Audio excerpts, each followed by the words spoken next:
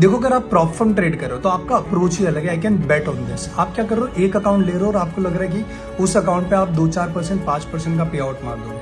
आपका यहाँ पे कैलकुलेशन ही गलत। तो एज ए ट्रेडर आपको सबसे पहले ये समझना चाहिए कि आपके पास एक अकाउंट नहीं, एटलीस्ट 10 अकाउंट्स का पैसा आप मैनेज करो। लेट्स से आप 5K का $36 का एक अकाउंट आता है एंड अगर आप 10 अकाउंट का कैलकुलेट करोगे तो आपके पास रफली $360 होना चाहिए। ठीक है, अगर $360 से मतलब आप 10 अकाउंट ले पाते हो, अब 10 अकाउंट का बैकअप है तो आप उसको कैसे यूज कर सकते हो। आप 1 by 1 एक एक चैलेंज को पास करने की कोशिश करोगे। अब अगर नंबर्स की बात करेंगे तो 10 में से 3 अकाउंट आपके पास हो जाएंगे, लाइव पे आ जाएंगे।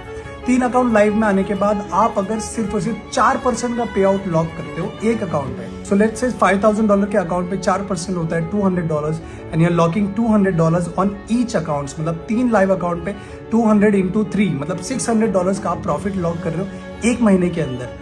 अब आपने रिस्क कितना लिया था, आपने रिस्क लिया था $360 का, मतलब आपको ऑलमोस्ट 200% का आपको रिटर्न मिल गया अपने कैपिटल पे। आफ्टर दैट विड्रॉल आपके पास नेक्स्ट मंथ अगेन वो 3 अकाउंट्स लाइव पे रहेगा and that we can scale it up with more payouts. That is how छोटे कैपिटल को भी इन्वेस्ट करके आप मल्टीपल पे आउट्स ले सकते हो और स्केल अप कर सकते हो।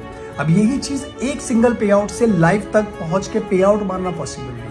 एंड ऐसे मल्टीपल अकाउंट से पे आउट की पॉसिबिलिटी और बढ़ जाती है जब आपके पास फंडिंग टिप्स जैसा फर्म होता है, जहां आपके पे आउट में डिनायल होने का चांसेस बहुत कम है। So if you want to get funded with funding tips, comment down funded and I will share the link. Stay hard and keep it up guys.